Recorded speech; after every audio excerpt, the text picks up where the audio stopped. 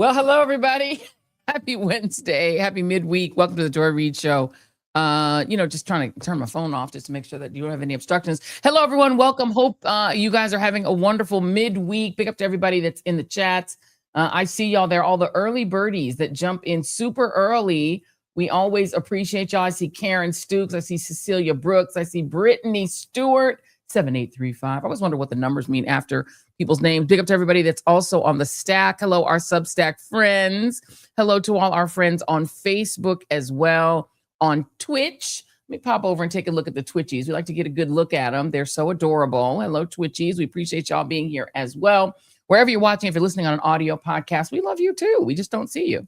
We don't know if you're as cute as the people that are watching that we can see. Also, our LinkedIn friends. Wherever you're listening, just thank you all for being subscribers. Please make sure if you're lurking right now, just don't do that. That's terrible. It's bad manners. Please hit like and subscribe. As we're going, we love it. If you not just hit the little thumbs up, which is the like on YouTube, or the little like button wherever you are, but that you also comment and engage. One of the fun things about our TJRS readers community is y'all are chatty Cathys. You guys like to talk to each other. And we love it when you guys chat, and we like when you guys talk back to us. If you have questions, if you have feedback. Yes, Jason. Hello. Let's put another thing in, guys. Please put the notifications on, so whenever we go live and stuff like that, you guys will get a notification about it. So please also click that triangle for notifications. And good evening. That is a great idea, Jason. I like that you have your light brighter so that people can actually see your face, so you don't look like you're a witness or doing one of those interviews where it's like an anonymous interview. Nah, see, when I'm in the studio, it's better to have it dark so I can see. You want it to have mood. You want a mood is what you're trying to create for yourself. Yeah. I like your camo hat as well. I believe that is a TJRS hat. I think it's a No Kings. No Kings hat. No Kings apparel. No Kings is coming up, like literally, can you believe it? It's going to be the 4th annual No Kings that's coming up this June. The 4th No Kings. And so we're going to be gearing up for some stuff coming into that. We have a lot of stuff to announce later in the show. I'll do it later, but not this moment. Just remember, guys, hit that notification. Hit the notification. All right, enjoy everybody. the show. Thank you very much. Let's get into our headlines right away. Barney Frank. I don't know if you guys remember Barney Frank. If you're old enough to remember Barney Frank, he was the first openly gay member of Congress, which is super controversial when he first ran for office. But he became just a staple of the cable news world. Grouchy, crabby, very funny. He clashed with the Obama administration over the launch of Obamacare. He didn't like the way it rolled out. But he was a stalwart Democrat, reliable Democratic voice. So he passed away yesterday at the age of 86. I want to play you guys a 2-minute retrospective.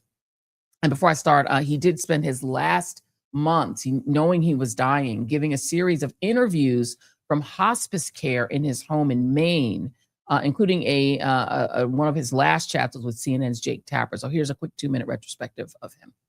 That I realized when I came out, Chris, in 87, and we did some good polling, John Martilla, great pollster, Tom Kiley, and I became convinced at the point, interesting point, when people were asked if they thought I'd get hurt because I was voluntarily acknowledging being gay, 44% said I was going to get hurt. That's pretty close to 50. But then when they were asked, well, are you personally less likely to vote for him, it was 22%. And that 22% were people who wouldn't have voted for me ever, under any circumstances. So what I realized was, a lot of Americans were not homophobic, but thought they were supposed to be. And as more of us came out and our reality confronted the prejudice, we made great gains. And even I did say, yeah, my marriage to Jim was a big deal in the national press. But by the time I came out, by 2012, actually being gay had become more respectable than being a congressman. My marriage to Jim polled better than the Dodd-Frank bill. That's a classic Barneyism. But I will. A real solution. When you ask me that question, I am going to revert to my ethnic heritage and ask to your question with a question. On what planet do you spend most of your time? You want me to answer the question? Yes. As you stand there with a picture of the president, the face to look like Hitler, and compare the effort to increase health care to the Nazis, my answer to you is, as I said before, it is a tribute to the First Amendment that this kind of vile, contemptible nonsense is so freely propagated. Trying to have a conversation with you would be like trying to argue with a dining room table. I have no interest in doing it. I want people to remember about Congressman Barney Frank. Oh, that I was smart enough and learned enough about the reaction not to answer that question. Well, let me just ask you this. You're at a period of your life, you're at the end of your life, you're in hospice care. First of all, let me just say on behalf of myself, who's enjoyed covering you for decades and admired your passion and your brain and your quick wit, that I'll miss you. Thank you. But beyond that, what do you want young people watching to know? Well, okay, that's a good question. And I'm going to do it specifically with gay rights. There's a lot of angst among other gay and lesbian people. Oh, we're going to lose our rights. They're going to take things away. And my answer is no. In fact, the history of gay rights shows the positive capacity of our system. In 1980, there were no federal rules protecting you if you were gay against mistreatment. And there were, in fact, a couple of rules penalizing us. Couldn't get a security clearance or immigrate. We didn't win these things by some bipartisan coalition. I wish we could have found one, but the Republicans weren't there. And or by demonstrations and demanding it through street marches. We won this by, one, people coming out so that more and more people understood who we were and how we were, in fact, not so different, and certainly not different in a negative way. And secondly, we used politics. Essentially, gay and lesbian people succeeded in making our cause part of the democratic cause, part of the commitment to human rights. You can't change public opinion on a basic issue, but as it is changing, the right political approach can take advantage of it. So I want younger people, all people, to understand that a political majority can get things done more than people think. Congressman Barney Frank, thank you for taking the time, and we wish you all of the best. Thank you. Now, according to People magazine, in one of his last interviews back in April, the New England Democrat told Politico, and this is a quote, "One of my regrets is that I won't see the continued implosion of Donald Trump." According to People magazine, in another interview with Boston area radio station WBUR, which was published May 14, Frank said this. He said, "As to Trump, I have developed my theory about him. It's not just that he's bad on all these values, but he is an idiot savant," Frank said. "He has just one talent, an ability to exploit anger that got him into power. But having gotten into power, he's got nothing left. And that is why now he's just floundering." More of his quote, "I can't think of an issue on which he's popular. The Iran war, the fight with the Pope, the economy, even immigration, where he left was where the left was dead wrong in its excessive openness, he's managed to make himself even more unpopular. His anger, his narcissism, all of the negative parts of his personality have asserted themselves, and he really doesn't have much of a positive vision of things to offset that." People did reach out, People magazine, who gave us that quote, they did reach out to the White House for comment on that criticism of Trump before his death, but Trump did not immediately acknowledge Frank's death at all after it was announced on Wednesday. He died from congestive heart failure, and but his heart was pretty full at the end. He had some shade for Trump right to the very end, and I love that he was Shady LaBeija right to the very end. So rest in peace, Barney Frank. He was one of a kind. If he didn't exist, we would have had to create him. On a very much happier note, today is Cher Day. It is Cher's 80th birthday. Here is a then and now pic in which you can see that she really resists aging. She's gorgeous, remains gorgeous. She's 80 years old. Fun fact about Cher. She was born the same year as Donald Trump, 1946. In fact, she is literally 1 month older than he is. Check out this side by side. Kind of hard to believe that those two people are the same age because she kind of almost looks like she's young enough to be someone he would date if she would ever even consider dating that crazy geezer. And by the way, just some more fun facts. She does have a last name. Her father was named John Sarkeesian. He was an Armenian-American truck driver who had drink and drugs problems. His parents, her father's parents, were survivors of the Armenian genocide. And her mother, Georgia Holt, was a model and actress, which is not surprising, of Irish, English, German, and Cherokee descent. And that little Cherokee gene obviously did her very, very well. You can presume that is where she gets her fabulous, gorgeous hair and her beautiful looks. Cher's parents divorced when she was just 10 months old. And before leaving the family, her father placed her in an orphanage for several months while her mom was only allowed to visit once a week and only able to see Cher through a window. So they have like a really crazy story. Somebody do that special, Lifetime.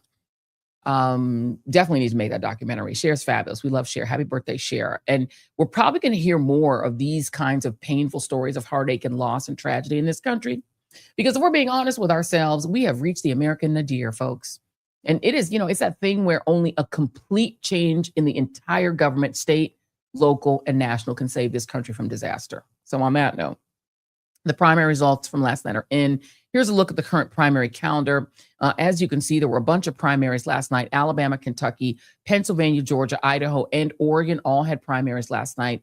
Let's give you the high and low lights. In Georgia, Keisha Lance Bottoms, who's been on this very show, mopped the competition to become the Democratic nominee for governor. It literally was not even close. If you look at the results, she just literally just blew out the competition. She had no real competition. She got over 379,000 votes, 59% of the vote. The next closest person only got 15% of the vote. So she won big. Meanwhile, the Republicans are going to have to go to a runoff. And you see the number one and number two. Neither of those people is Brad Raffensperger, who is the sitting Secretary of State, who got shut out by a billionaire who jumped into the race, and the Trump-endorsed lieutenant governor, who now have to go to a runoff. Here's some of KLB's victory address. Roots in this state run really deep. I am at least a fifth-generation Georgian, able to trace my family's history to a plantation in Crawfordville, the birthplace and home of Alexander H. Stephens, who served as the 50th governor of Georgia and vice president of the Confederate States of America. Around the time when my grandmother's grandparents, Shepherd and Betsy Peake, were likely enslaved on a plantation in Crawfordville, Georgia. And here I stand before you.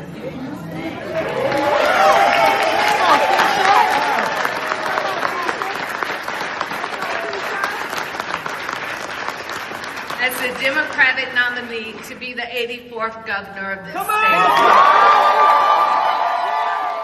I just need her theme song to be started from the bottom. Now we're here. I'm sorry. I just think it could be cool. But that's just me. That's just my suggestion. Now, here's the thing. People are like, oh, I don't know.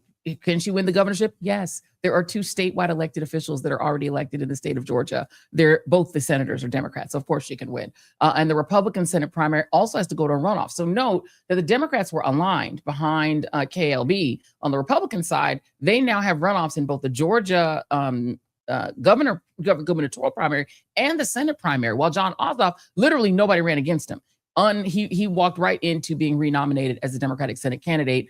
I would still say he's the favorite. Georgia is a state that has a very, very strong Democratic electorate. Now, meanwhile, let's go to Kentucky, where Thomas Massie, who was one of Trump and the Israel lobby and the Epstein lobby's biggest targets, really their biggest target last night, he lost in Kentucky's 4th congressional district. And here's how he took that loss.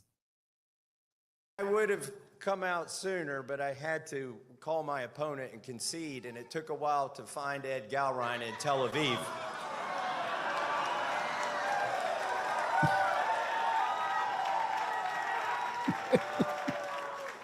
I did get the call through, though. I have called and conceded the race. We've been honorable the whole time, and we're going to stay that way. Oop, a little shade on the way out the door.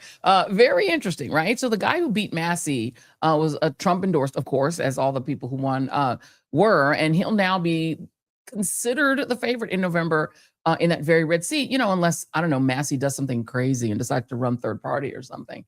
And here's what's so crazy about that race. I have to tell you what's so great, because obviously the reason Massie was hated by Trump is he was insisting on releasing the Epstein files, which Trump very much does not want. He So think about the people who wanted those Epstein files released. It's Marjorie Taylor Greene, who's leaving Congress and heading to Puerto Rico with all the loot that she's made investing on things that apparently she knew about during Congress. I guess I don't know how she made all that $25 million allegedly. Lauren Boebert, who Trump now says he wants to see primaried in Colorado, and Thomas Massie and Ro Khanna, who we had on the show last night. Those are the main people. Trump can't touch Ro Khanna, so he's decided to reach out and touch Thomas Massie. Thomas Massie has also gone against the Israel lobby and said the U.S. should not be funding Israel's genocides. And so he's very much against the Epstein class, the Israel lobby, and that's why he's out. Trump targeted him, he's done. But what's crazy about that race is for all the hype and attention, Massey's been on every right-wing podcast, from Tucker to the mean dried up Barbie, whatever her name is, the Miss Blackface. He's been on all the podcasts. Megyn Kelly, he's been on all the podcasts. She just reminds me of a Barbie you left outside. I'm sorry, she's mean. And it didn't help him. Look, can we look at this, Jason? Look at this. Y'all, I showed you what happened in Georgia. And of course, that was a gubernatorial statewide race. But this race, he lost by 10,800 votes. 57,000 for the winner, 47,000 for him. Do y'all understand that just over 100,000, about 105,000 people total turned out to vote in a congressional district whose population is north of 776,000 people? JSB pop-up A9. It is wild to me. That's how many people live in that district. It's 776,000 people. Let's say, and I think the adult population of that is about 2/3 of that. Kentucky totally has a population of 4.5 million people. 3.58 million of them are adults 18 and over. 77.6% of the state's total population. It's a state with not a lot of birth rate. So most of the people are adults. So most of that 776 are adults. And the local media was touting extremely high turnout versus the 2024 election, back when the turnout was 16% in that district. 16%. In this race, it was an earth-shattering 20%. 20% turnout. You mean to tell me that Thomas Massie, with all of them people that were loving what he was doing with the Epstein files, couldn't find another 11,000 votes? He should have been like Trump. I need to find 11,000 more votes. He only needed 11,000 more votes. Those votes were there, baby. He just didn't get them. And if you think, well, you know what, maybe that district is poor, maybe people are struggling, they didn't have time to vote. CD4, Congressional District 4 in Kentucky, I looked it up. It happens to be the single most affluent district in the state of Kentucky. It's basically part of the Cincinnati, Ohio suburbs. It's 86% white. It has a median income of $83,000, which is nearly $20,000 higher than the rest of the state. It's a pretty poor state, Kentucky, but that's the wealthiest district in a poor state. The state, the district only has a 28% college educated population, and it has the state of Kentucky has a 28% college educated population, which is why it's so red, and it has a 15.6% poverty rate. But Congressional District 4 has an 11% poverty rate, so it's less poor than the rest of the state. But at those small voting numbers, you would think, a decent investment or a third-party candidate running might make that seat, a little less red, or just at least viable, or maybe, maybe Donald Trump doesn't get the seat, get who he wants in November. I don't know. Maybe Massie could win it in a 3-person race. Who knows? Now, on the Senate side, former State Attorney General Daniel Cameron, he did the most trying to placate the Kentucky right, dismissing all the charges against the cops who killed Breonna Taylor while she was in bed at midnight, and only charging one officer whose bullet landed in the walls of the one white resident in the apartment complex. Remember that? Well, that got him exactly no favor from MAGA voters. He got mopped in the Republican Senate primary. Mopped. It did him absolutely no good. Oops. Being a Black Republican is just so full of treachery. It's a one-way love situation. They call it one-way love. You just love and loving on the big house, and the big house don't love you back. But so Kentucky Congressman Andy Barr, who was, of course, backed by the dear leader, he ran, and he's now considered the favorite to replace Moscow Mitch. It'll be the first time Moscow Mitch was not on the ballot in Kentucky since the mid-1980s. He won in 85. Now, Trump, who has no respect for Black people, gave his endorsement to Mr. Barr, to Congressman Barr. And he did that after negotiating to get the other person, the other white candidate, Nate Morse, to step aside and then take a U.S. ambassadorship. And he did. And so that left Barr, and then Barr beats Cameron. Now, on the Democratic side, it was a lot more uplifting. Another one of our TJRS candidates, our winning streak continues because our friend Charles Booker won his primary. Here's some of his acceptance speech. Listen, I need you to help me spread the good news, because when you got a testimony, you got to tell everybody you know. Kentucky is one of the most winnable races in the country. We are going to flip this seat. And when we flip this seat, we are going to flip the U.S. Senate. And when we flip the U.S. Senate, we're going to lift up an agenda for working people. We're going to fight to do the work of securing Medicare for all. We're going to make sure that people have true living wages. We're going to do the work of grabbing racism at the root. Oh, they don't zoom in. Because we're not running away from the bigotry. We're not running away from the hate. We're not going to let the wedges just drive us apart anymore. Because we have so much more in common than whatever would divide us. We're ready for this. Some of our Kentucky Massive saying they voted for Charles Booker. Thank you for doing that, for everybody who came out and voted. The reality is you have to dream big when you do an election. People are like, he can't win. It's Kentucky. Can't he, though? The current governor of Kentucky, he's a Democrat, right? Beshear, and he's the second Democratic governor, both Beshears. And if the Democratic Senate Campaign Committee decides they want to spend some money in Kentucky, it would be wise to try, because you need to dream big. And he's not a person that's going to shy away from the real issues. And we really do need that now, because we are in a crisis. And the Senate is a big part of the solution. Meanwhile, in Alabama, our friend, another friend of the show, Doug Jones, was also victorious. He's going to be the Democratic nominee for governor, facing probably the single dumbest member of the United States Senate, Tommy Tuberville, who is quitting Washington, where he publicly embarrasses himself daily, in Florida, where he actually lives, to run for governor of Alabama to replace the 115-year-old Kay Ivey. And I will note, Jason, if you wouldn't mind popping A4 back up, that the next primary on the calendar is May 26th in Texas, where Trump has endorsed the sitting Attorney General, Ken Paxton, who was formerly impeached by his own party for corruption, dumped by his wife for cheating, investigated by the Department of Justice for alleged bribery, abuse of office, and misusing his position to help a political donor. And of course, the weak Merrick Garland DOJ declined to prosecute Paxton in the final weeks of the Biden administration, effectively ending the federal probe. There's also Paxton's history of getting indicted on state-level felony securities fraud charges in 2015 and trying to erase the 2020 election by filing a lawsuit there. The state charges, of course, didn't end in jail time. Prosecutors reached a pretrial diversion agreement in March of 2024 to drop the charges against him after he completed 100 hours of community service, took legal ethics courses, and paid restitution.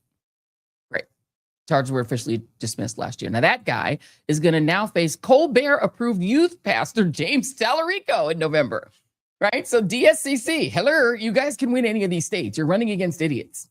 So good luck, Texas, and let the election season begin. And it actually matters, right? Who wins these offices? Again, because right now this country is literally being led by a gangster government of thieves and scammers, and somebody needs to stop them. I kind of liken this country in this moment to the Titanic, right? The Titanic, which is going down, and the Trump crime family are chilling among the rich people on the upper decks. And before they head for the lifeboats, they are running from cabin to cabin, grabbing all the jewelry and cash from each of the staterooms and stuffing the loot into their pockets, and then going to the below decks and rifling through the meager belongings of the people in steerage and stuffing whatever they can find in their pockets too. Meanwhile, the whole ship is going under, and everybody on the lower decks is doomed, along with the crew. Here is your president telling you that he does not give a good poop about your financial situation. This is peanuts, and I appreciate everybody putting up with it for a little while. It won't be much longer, but you're going to have, and frankly, there is so much oil out there. One of the things that is happening is these big ships are coming up to Texas, Louisiana, and Alaska, and they're loading up. Now, let me shut up. Now, I don't even want to hear anymore. Man, shut up. It's peanuts. What people are going through is not peanuts. People are definitely struggling. And while you're struggling, he's not just building a bunker now at your expense, no longer the rich people he said were going to pay for it, but what sure does look like a fortress for him and his friends to hide in when it all falls apart. Check it out. The complexity. These are all different rooms down here. They're building a hospital. They're building, it's a military hospital. They're building all sorts of research facilities, also meeting rooms and rooms that go hand in hand for the military. using the ballroom. And the ballroom is really a shield and protecting all of the things that are built here. This goes, as you see, it's already up to the ground. This goes down very deep. You get a better view right over here. This is down because we've already done these floors. But these are already down 2 floors. That is down about 6 stories deep. That's big stuff. Normally, when you build a ballroom, you build it. Why is there hospital and research facilities down there? What are you going to be researching? You remember that some of the Epstein victims said that they woke up in hospital rooms, not knowing how they'd gotten there. Epstein was, interested in very strange, weird research stuff. Peter Thiel allegedly spends $40,000 a month getting 18 and teenager blood to inject into himself. What are we doing? That's a ballroom? That's not a ballroom. What did I mention? He also joked with our troops about still being in office in 2032, which is quite ambitious for a man who can barely stand erect on his swollen cankles. He also has let Congress know he's not going to ask them about building his Arc de Trump. He's just going to do it because sometime in the past, some president approved building something in the National Mall. So he says he's not even going to ask them. He's just going to build a more ugly crap in our Capitol. And you are not just paying for the mega bunker with a ballroom on top and research facilities and a hospital down there for some reason. Why would he need a hospital? That Trump originally promised his rich friends were going to pay for. You're also paying Trump and his friends directly out of your pockets. The wealthy are literally jamming their hands into your pockets and grabbing whatever is in there before they head for the lifeboats. You just filed your taxes last month, right? And guess what? Trump, who basically does whatever he wants with no actually government to stop him, is going to do with that money. Guess what he's going to do with that money that you sent to Washington? Can you say slush fund? Donald Trump, recall, sued the IRS, which he controls, for $10 billion over a contractor, revealing that he doesn't pay taxes. And now the DOJ, which he controls via his former personal criminal attorney, is settling that case basically of Trump versus Trump for $1.7 billion with a B, which will be placed into a slush fund, which Trump controls through his former criminal lawyer, Todd Blanche, who is now your acting attorney general. You keeping up with me? Blanche now gets to create a board, which will dole out cash to whomever they want, basically reparations for the January 6th insurrectionists. Now, if they were to divide this up evenly between each of the insurrectionists, they'd each get north of $1 million. Do you have $1 million? Plus, it gets worse. The deal gives Trump and his family permanent immunity from the IRS ever investigating them, ever. It's giving Idi Amin or Mobutu, no? Blanche attempted to write off how egregious and crazy this is during Senate hearings this week. Maryland Senator Chris Van Hollen, your witness. General, this is an outrageous, unprecedented slush fund that you set up. Simple question, will individuals who assaulted Capitol Hill police officers be eligible for this fund?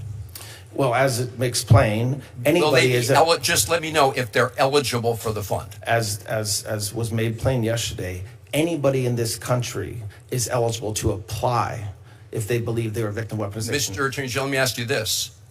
Are there going to be rules that say that if you've assaulted a Capitol Hill police officer or committed a violent crime, you will not be eligible? Why not make that a rule? I expect that, because I'm not one of the commissioners setting up the rules, I expect that there will be rules. You're appointing 4 of the 5 members, aren't you, Mr. Attorney General? Pardon me? You're appointing 4 of the 5 members. I am appointing all 5 members. Set up the rules. I would hope you would make a rule that anyone convicted of assaulting a police officer or a violent crime is simply not eligible. They should not apply. Well, let me ask you this, because you compared it to the Keepsiegel case. But I think you know full well that in that case, the settlement agreement was approved by a federal judge, including the payments to people who were not originally parties to the lawsuit. No federal judge has approved this fund, have they, Mr. Attorney General? No federal judge did approve this. So that's a big difference between this case and the case that you compared it to. No, it's not. Well, did a judge sign off on this case? No. A judge did sign off on the other one. Yes, but your question was whether it's a big difference. It's not. Of course it is, because that allows for an independent person to look at it rather than the There was no independence. There was no independence. There was a single commissioner. A judge signed off on it. A judge had nothing to do with deciding the money. There was a judge who looked at it and signed off on it. So to compare that case to this one is incredibly deceptive. Can we just, Jason, show people just a reminder of who it is that's now eligible for these reparations? A50.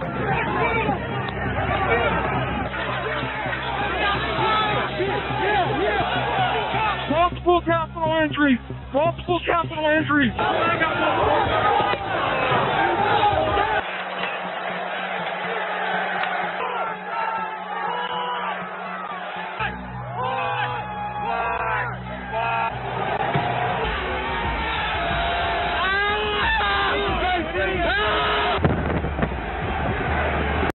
Oh, and just to be clear, who gets the reparations are not the police that were brutalized. It's the insurrectionists. Okay, so Todd, what about, let's say, people who committed crimes against children as part of the Epstein gang? Do they get reparations, Todd?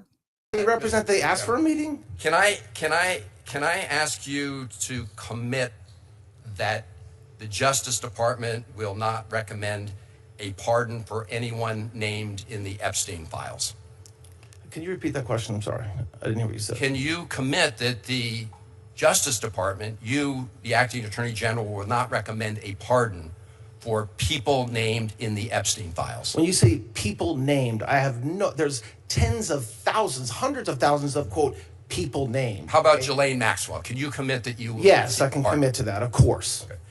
Let me go back to this slush fund, because there's also an individual who, after being pardoned by the president, went on to molest 2 children. And that person actually tried to buy the silence of these children by saying that he would pay them some of the funds that he was hoping to get from your slush fund. Can you commit to making the rules so that that person is not eligible for a payout under this fund? Well, you're obviously lying in your question, because there's no way that this person committed to that. But the slush fund, as you call it, which is not, didn't exist. I'm sure, but I can commit. Mr. Attorney General, don't ever do that again. I am reporting what again? What he said. He said on the expectation that he hoped to get some of the funds from a payout. He's been from hearing you said from the slush fund, Senator, and that didn't exist when he said that. This is the fund that the president and all of you have been telegraphing all along that you're going to use to help the president's friends. Can you point to Mr. a single Attorney General, telegraph I have a last question. What telegraph did I have a last question for you. Do you know that it is a criminal offense to lie to Congress? I am very well aware of that. I'm glad to hear that. Thank you. I'm glad to hear it too. Kudos to Chris Van Hollen for keeping the wood to the behind of Todd Blanche, who, by the way, I did get to witness him in court the day that I was in court for the hush money trial. Not impressive then, not impressive now. Let's go to Senator Chris Coons of the great state of Delaware. Your witness. Has anything like this ever happened before in U.S. history? Has it ever happened that a sitting president sued his own government for $10 billion and then directed the settlement of the case and the establishment of a payout fund? Not that I'm aware, but there's a lot of things that President Trump's the first of. No president had been indicted 1, 2, 3, 4, 5, Correct. 6, 7, 8 times either. Correct. No president's been indicted. And will you commit that none of this money will go to President Trump's campaign donors?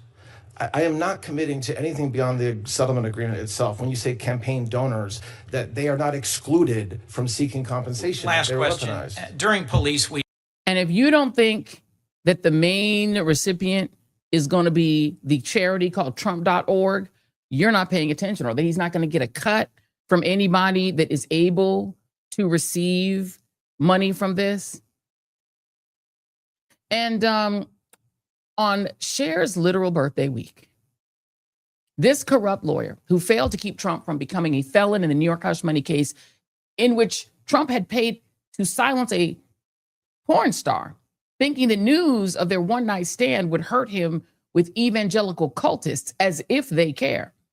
This guy had the nerve to try to compare this theft from the American taxpayer, from the going broke American people who have to pay this. This is coming out of your pocket. This reparations for violent felons bullshit slush fund.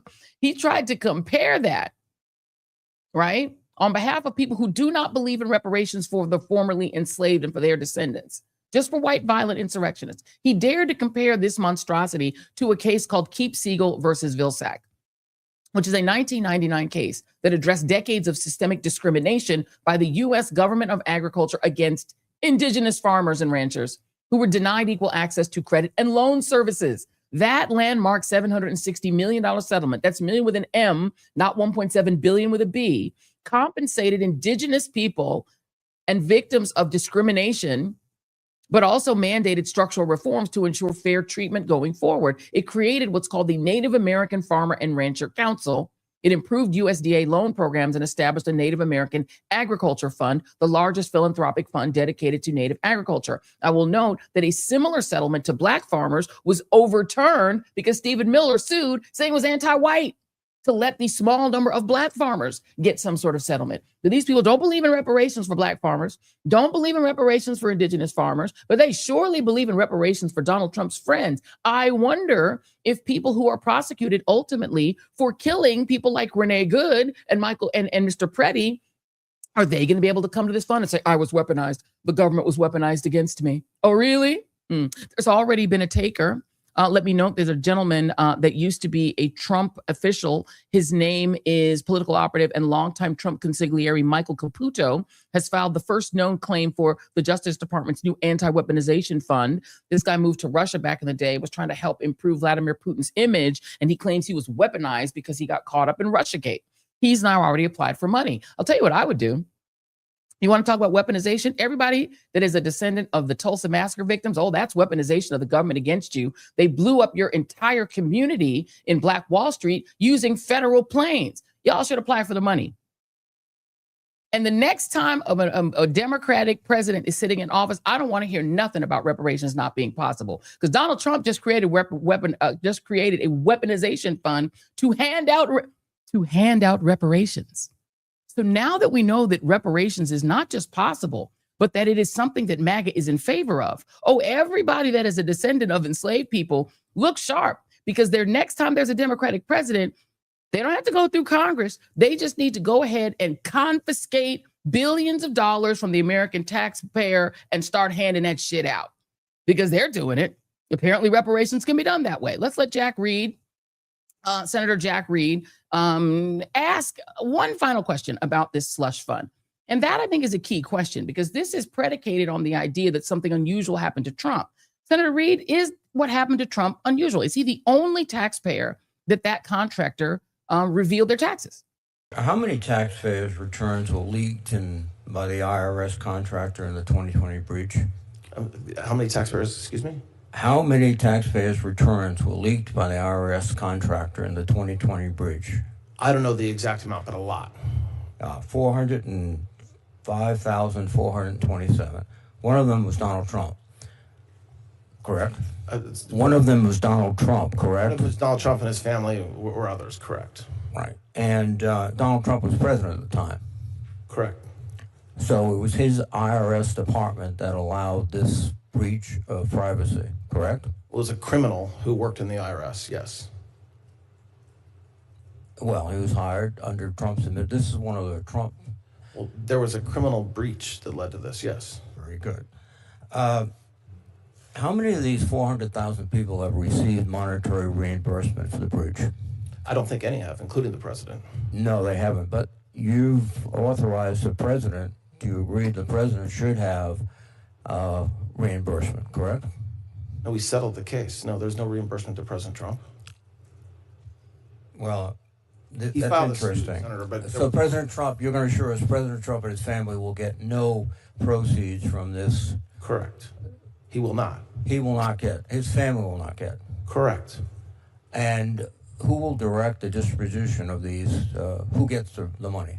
From the right. Victims Fund? Yeah. Well, there'll be a commission of 5 individuals that will be set up, and they will take in requests and claims and decide whether to do anything from mission of policy. Who will name the commissioners? I will. Or the Attorney General, whoever the Attorney General is. The Attorney General. Okay. Sorry, just to correct. And one of them will be done in consultation with leadership of this body. Consultation. Well, that's good. Come on now. You expect us to believe that you're not going to simply write a check now, because remember, the Treasury Secretary already said he would write whatever check he was told to Donald Trump. So I just hope, look, Marilyn Mosby, go ahead and apply for that money. Andrew Gillum, you got went after by the federal government. You should request some of that money. Hunter Biden, show up. Go ahead and apply for some of that money. They're giving out reparations, y'all. They're giving out reparations. Apparently, MAGA is pro reparations. No oversight, no Congress involved. John Thune, the Senate weak ass, useless Senate Majority Leader, has claimed that he's going to get involved and that he's dubious. You're dubious? What are you going to do about it? Nothing. So if you want an incentive to take a chance in the state of Kentucky and go ahead and elect a United States senator that you didn't think was possible, that you didn't think could win, well, here's the incentive. Because what was Thomas Massie saying in addition to release the Epstein files? He was talking about the corruption of the Israel lobby and of special interests, moneyed interests that control the government. The reason he's out, I don't like a lot about that man. Kyle Rittenhouse supported him. He's a gun nut. There's a lot about Thomas Massie I don't like. But when he was saying that this government is bought and paid for by special interest groups, he was not wrong. And the reason that they got rid of him is because he was saying that. And so now that they're giving out reparations, unless they're going to go ahead and admit that it is purely for white people, as now they believe voting is, as now they believe choosing your preferred representative is, they now claim voting rights are only for them. Well, let's test that. Everybody apply for it. And then let's let that go to John Roberts and let him explain how only white people can get the reparations. Let him explain it. Because I'm thinking if you've ever gotten got by the Justice Department, you could say you've been weaponized and you should apply for the money. Everybody apply for it. This is insane. They are handing out Americans' hard-earned tax money when Americans can barely afford to eat. I don't mean to cut you off, but didn't Doge take all of our Social Security information? Yes. Shouldn't we all just file for a claim? They weaponized. They Yes. weaponized the Social Security Department against us. They got our med. I do also. Do you feel weaponized, Jason? I do. I feel weaponized because I don't know which little schmuck is looking at my stuff. I don't know who's looking. I don't know if one of their little corn pones are looking at my taxes. I think I feel weaponized. I think we should all go ahead and apply for it. And what's beautiful about everybody applying is that if you are not white and they don't give it to you, sue them. And sue them saying it's racial discrimination. Let's let John Roberts test his theory that you can only do things that are political and not racial. Because if it only goes to people who are white and who are MAGA, that's a lawsuit the rest of us should get involved in. We should all sue.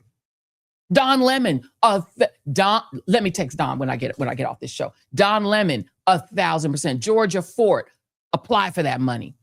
Because the department, Michael Cohen, who's been long talking about him being weaponized, all of them should apply. Don Lemon should 1,000% put his name on an application and say the government was weaponized against him. Because if that's what we're doing, if that's what we're doing, don't say we can't play. If this is the game we're playing, Georgia Fort, apply for the money and double dare them to say no. Why? Explain how you're not, it wasn't what Hunter Biden, get in there, buddy. Get in there, buddy. Apply for it. Absolutely. Letitia James, get in there, sis. They weaponized the government against you. Come on, sis. Jack Smith, get in there, buddy. Jump in. Everybody. If you have been at all targeted by the Justice Department and they've got $1.7 billion, by the way, it's your money too. They're going to give it to people who raped children and then attacked the Capitol. Child rapists are going to apply for the money. One of them bragged that he was and tried to bribe his victim by saying, don't worry, victim, when I get my money from Trump, because Todd Blanche and Trump were telegraphing for months that they were going to get reparations for the January 6ers. I promise you, whoever those unnamed officers who murdered Pretty and Good will apply for the money. Killer cops are going to apply for the money. Killer ICE people are going to apply for the money. So I think everyone, what do you say there, Jason? Come on back on. President Obama, apply for the money. Apply for the money. They've been saying that you committed treason and that you should be in prison. You should apply for some money. Michelle Obama, apply for some money. If we're doing reparations, we're doing it. We are going to play every single game you play. If you put a game on the table, you put the game pieces on the table, don't think we're not going to play. We can see the table. Y'all not going to eat and we don't eat. You're not giving out our money in reparations just to your friends, Donald Trump. If you're giving out money, we all want some of it.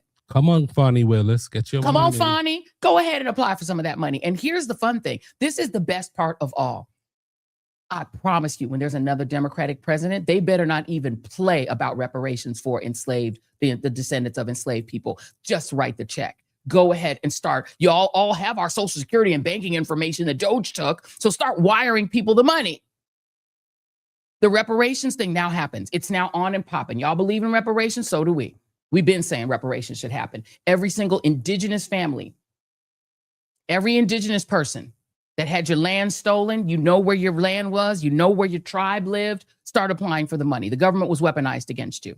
Every Black person that has helped to build this country for free from the very beginning, from 1619. If you didn't get loans, didn't get college education, didn't get job approvals. There you go. The government was weaponized against you. All the sisters who got fired from their jobs in the federal government.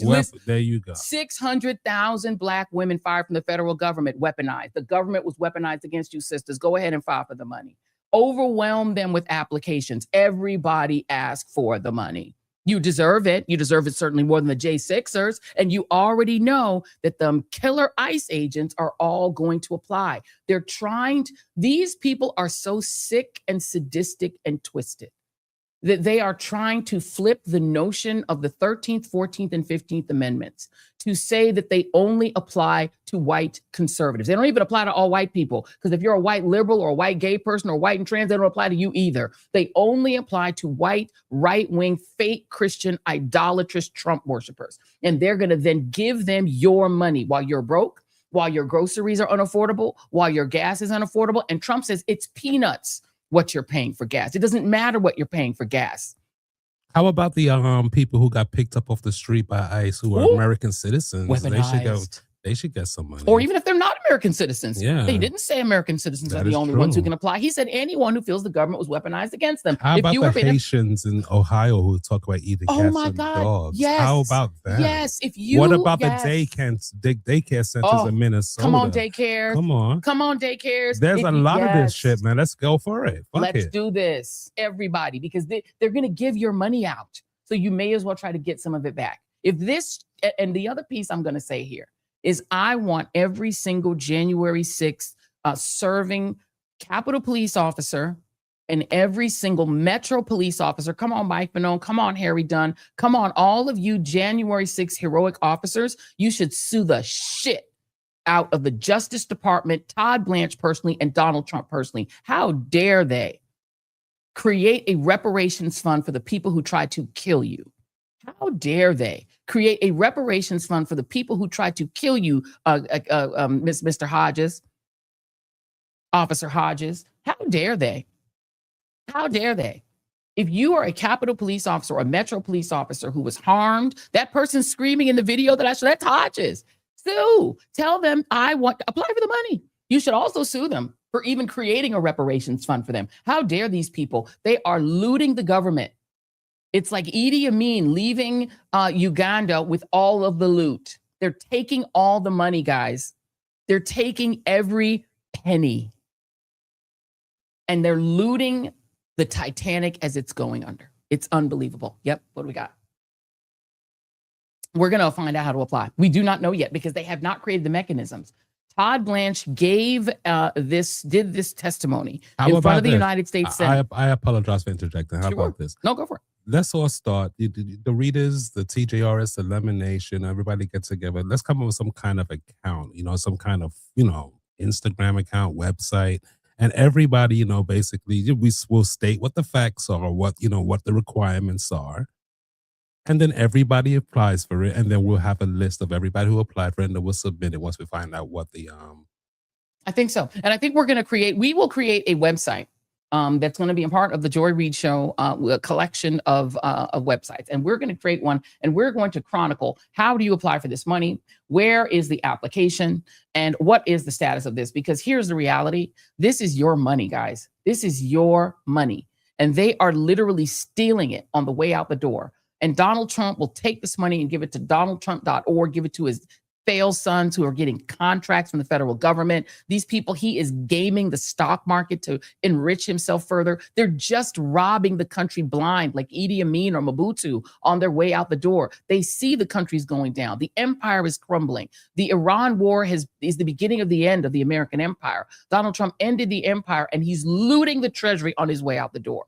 They're stealing everything that's not nailed down on the way out the door. And if you don't grab some of that reparations money, there won't be anything left. It would not shock me if he has already gone to Fort Knox and taken all the gold home to Mar-a-Lago. He is building a bunker with a hospital and research facilities under the ballroom. What the hell is going on in this country?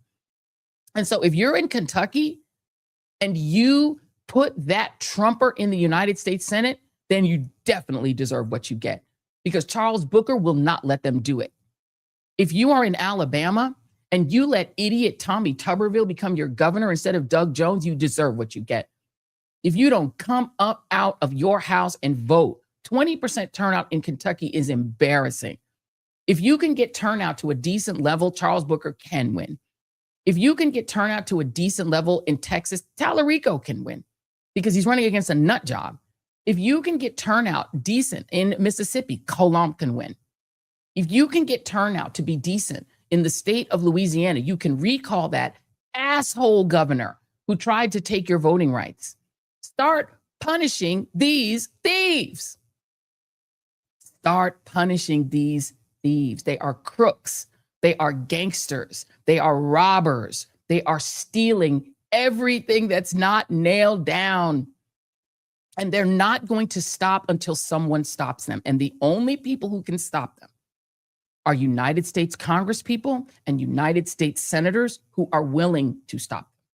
The only people who can stop them are governors who are not on the take, Congress people who are not playing the market with them, people like not Fetterman's. You need unfettermans, Fetterman's playing the game, getting rich with them, people who are playing ball and getting rich alongside them and helping them steal and driving the getaway car. They all have to go, guys.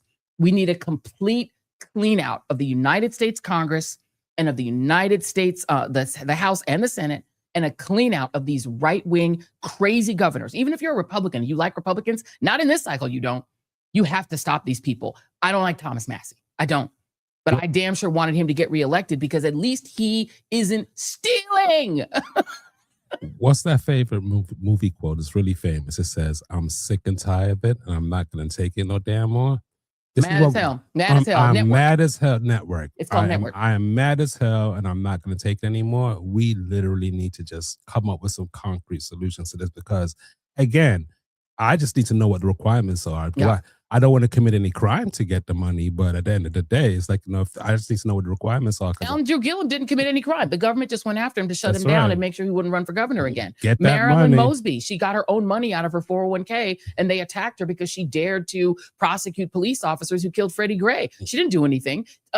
Tish James did absolutely nothing for the Justice Department to go after her. Alan Bragg, Attorney General Bragg or Attorney Bragg. These people had to spend real money. They had to spend money for legal fees because they had to defend themselves against the Department of Justice and Department of Injustice under Pamela Joe, who was weaponized against them. This was weaponized government. If Hunter Biden's last name was Smith, if he was Hunter Smith, he would have never been prosecuted for that tax crime. Never. There's no circumstance under which he would have been prosecuted. The government was weaponized against him too. Don Lemon literally was being a journalist covering an event. And same with Georgia Ford. All they did was cover an event, and they're now having to spend legal fees. They should totally get reparations. If this is how we're doing it now, then we want it too. The people on you cannot say reparations are literally confined to only supporters of Trump. Because if that's what you're doing, we are now in extra constitutional territory. Now we are just the mafia. Now we are just a mafia country where one man gets to decide who's in office, who's not, who gets to decide who gets to have money, who gets to have No, Donald, no. We are not 1980s Zaire, baby. It ain't going down like that. They are trying to play in our faces. We see you. We see what you're doing. And if you're giving out reparations, we want it. Hand it out. Who are you going to give it to? Jeff Bezos and Elon Musk? You know who they're going to give it to.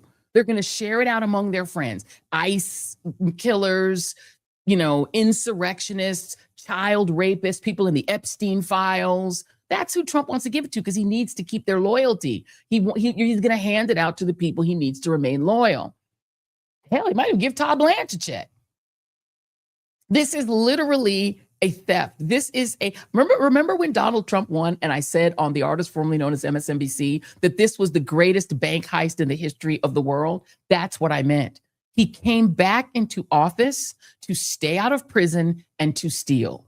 And he is doing it at a rate that is so breathtaking. Even the CNBC crowd is shocked by the level of theft, the level of taking, the level of stealing, the level of graft, and the level of corruption. Even some Republicans are shocked by the level of open, naked, aggressive corruption. This government is not a government. It is a heist. It is a bank heist. It is a mafia-style crime family. They were talking about the Biden crime family. Joe Biden's son did art and sat on a board of a company. These people, Donald Trump's sons have defense contracts. His youngest son sitting on the board of TikTok. Is he even out of college? His son-in-law is out grifting around the world with his hand out, supposedly negotiating with foreign countries and cutting deals on the side. Foreign governments are dropping money into Trump's crypto. What are we doing here, guys? This isn't a country anymore. This is just a scam. Oh, Lord Jesus. They done got me all upset, Jason. They got me all. Let me drink a sip of tea. Lord Jesus. Some righteous anger, though. But I'm telling you right now, as soon as we get our website up, baby, yeah, we're going to have everybody apply. Hey, readers, y'all want some money? That's right. If y'all want some money, y'all get ready. Because once we get our website up, we're getting everyone to apply. We're all going to go in together and get our reparations. The entire Readers family, everybody. Let's get that up. Everybody's getting reparations. We'll put up a QR code. And I don't want to tell Sean to stop working right now. But we're going to get it together. And once it's together, guys, once we have our website and we have all of the information, we're going to give you guys all the info that you need. Because we're not going to let insurrectionists, child rapists, pedophiles, and criminals take our hard-earned tax money. People work too damn hard and are paying too much for gas and are going too broke, barely being able to afford groceries. People are struggling too hard with rent. People struggling too hard to hand your money to Todd Blanche to give out to Trump's friends. That's exactly what they want to Todd do. Blanche, no. It. As my man Tupac sitting over my shoulder, the quote says, "We don't live to fight, we fight to live." Amen. You know what I mean? So let's do what we need to do, but we got some bills we need to pay. Yeah, let's pay some bills. Speaking of being out here in these streets, trying to make sure we can afford our lives. To make sure this show is on, we rely on some incredible sponsors. And so we get our money honestly. We do it honestly. We literally have people who support the show and we appreciate them every day. And one of those amazing sponsors is our friends at Helix. And actually, this one is important because everybody knows a good night's sleep sets you up for a great day. And as a person with longstanding sleep issues, insomnia, I truly appreciate Helix, like more than you know. Jason and I were not fans of our old mattress, so we were excited to receive our brand new Helix king-size mattress with a breathable mattress and also beautiful support. And also we were able to go online and pick exactly the mattress that we need. And boy, do we see why. A study has found that 82% of those who have slept on a Helix saw an increase in their deep sleep cycle.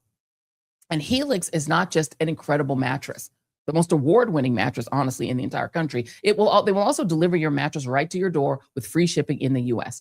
And they will give you a 120-night sleep trial and a limited lifetime warranty. You can also take advantage of their Happy with Helix guarantee. Rest easy with seamless returns and exchanges. The Happy with Helix guarantee offers a risk-free, customer-first experience designed to ensure that you are completely satisfied with your new mattress. Helix, again, the most awarded mattress brand in the entire country, tested and reviewed by experts at Forbes and Wired. If you want to get one and you want to sleep better, because sleeping, you really need it in these stressful times. I'm so stressed. If I'm sleeping on my side, my arm goes numb. Can't live with that. Need good sleep. Need a great mattress to do that. If you want to get a new Helix mattress, go to helixsleep.com/joy for 27% off site-wide. That is helixsleep.com/joy for 27% off site-wide. And this offer is exclusive to the Joy Reid Show audience. So make sure that you enter our show name after checkout so that they know that we sent you. helixsleep.com/joy. All right. So we're gonna move on, Jason, because we are gonna go right on to the D block. And so we are already an hour 2. I cannot believe an entire hour went by, Jason, that fast. I think I was so upset. So upset. You should be. That I kind of blew through a lot of the stuff that I wanted to do. But I apologize. Thank you for your patience with my rage. Because that was crazy. These people, but I have more. I wish it was over. But I want to let you all know that this is hour 2 of the Joy Reid Show. If you have not done so already, please hit like and subscribe because we really appreciate it. The algorithm loves it, and we love you guys. So we want you guys to be family. We don't want you to be visitors. We want you to move in. So move in by going ahead and hitting like and subscribe. And hit that notification bell. And the notification thing is cool because then you'll know when we're going to go live. And a lot of people are like, oh my God, I'm so excited I caught you live. You will always catch us live if you hit the notification button. That's the reason that you do that. The notification button is super, super helpful. I also want to thank one of our other incredible sponsors, and they are our friends at iRestore. So let me just tell you real quick about this Lomena face mask.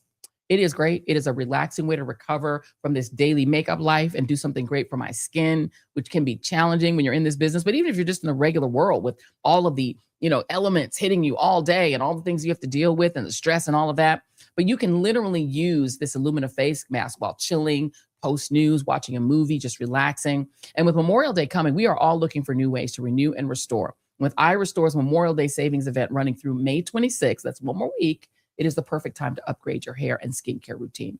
iRestore has been leading the way in red light therapy for over 2 decades, helping shape the category with clinically backed devices trusted by more than 500,000 customers worldwide, making this event a celebration of the community that continues to grow with them. Now, to mark the occasion, iRestore is highlighting some of their most advanced devices, which are designed to support your both your hair and your skin health. So the iRestore Elite is their most advanced laser hair growth system. If you're having trouble with hair loss, it uses 300 lasers and 200 LEDs to help regrow thicker, healthier hair in as little as 3 months. It's effortless. You just wear it while working, reading, or unwinding at night. And the Lomena face mask, lightweight, cordless, packed with 2 times more LEDs than other top masks. It targets those fine lines, the breakouts, the dullness with triple wavelength light therapy. For just 10 minutes, a few times a week, you get brighter, smoother, healthier looking skin. And here's the best part.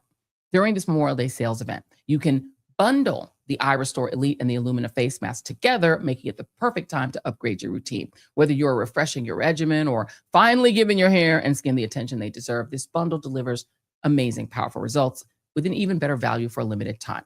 So iRestore is kicking off their Memorial Day savings event with some huge discounts on their red light therapy devices. Right now, you can save on customer favorites like the iRestore Elite helmet and the Lomena face mask. Just head over to iRestore.com and use the code JOY to take advantage of the sale. So that's joy@iRestore.com. So please support our show and tell them that we sent you. Give your hair and skin the upgrade you deserve and feel confident and refreshed. Okay, so just to go back to I'm sorry. Yeah, what block we gonna go back to, B, or we gonna go for? We're going right to D. I done skipped all the way through B and C. Oh wow, we're going right to D. We're going right to D. We're going right to D. That's where we're going. We're going right to D. So just by way of information, let me just give you guys some historical. I love to do a little history. Let me just give you a little historical information. The history of dictators looting their countries is long and egregious. So Idi Amin, who I mentioned earlier, he allegedly fled Uganda with an estimated $100 to $300 million after looting state resources and using the country's coffers basically as his personal family bank account. Hosni Mubarak was accused of looting $40 to $70 billion from Egypt, though the allegations were never actually fully proven. Ferdinand Marcos and his notoriously shoe-happy wife, remember Imelda Marcos? They're believed to have thieved roughly $10 billion from the Philippines. Jair Bolsonaro faces corruption and financial misconduct allegations in Brazil, where he's accused of amassing some $1.2 million in ill-gotten wealth as that country's Trump-like leader. So he's like on the lower end. Mobutu Sese Seko allegedly stole between $5 and $9.7 billion US from the Democratic Republic of Congo, the aforenamed Zaire, before he was ousted in 1997 and fled to first Togo and then to Morocco. And in Iran, Shah Mohammad Reza Pahlavi and his self-styled royal family were estimated to control $20 to $35 billion in assets when they fled during the 1979 revolution that led to the rule of the Ayatollahs. Independent experts and U.S. Treasury estimates have placed the value of his family's wealth, now controlled by his exiled son, who wants to return to the throne in Iran, at roughly $50 to $100 million U.S. Now, by those lights, Donald Trump is kind of like a middle-level dictator in training, right? It's estimated that as president, he and his family have amassed a fortune north of $6.5 billion, mainly through highly corrupt crypto deals, including foreign investments from the UAE and more. His Truth Social media company, which financially benefits him, but his investors not so much, branding deals and products he's literally continuing to hawk while president. And if you expand it out, to the sons, the failed sons, defense contractors for Uday and Qusay, who also partnered in his crypto deals, and also the real estate deals and other licensing deals that are also brokered by his son Jared, who supposedly also manages his money while also acting as a U.S. envoy. They're all in it together. And now to add to that, Trump is also trading on stocks that he himself is rhetorically boosting, mentioning companies on his social media platform after buying shares in those companies and thus pumping up the value. Something the kids used to call insider trading. Hello, Martha Stewart.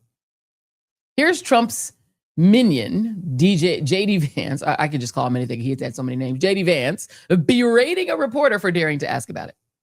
Thank you, Mr. Vice President. The president's financial disclosures were released recently, and they showed a lot of stock trades in companies that he has talked up at events, official events at the White House, on his True Social account, sometimes even putting the stock ticker symbols in his posts and encouraging people to buy their stock. Americans, according to recent polling, are increasingly describing the president as corrupt. And trading stocks... This is a hell of a question. Thank you, sir. Trading individual stocks is something that you said that public officials should not be able to do when you ran for Senate all those years ago. And yet the president, who arguably has access to more non-public information than your average senator, is not only buying and selling individual stocks either through his trust. Okay.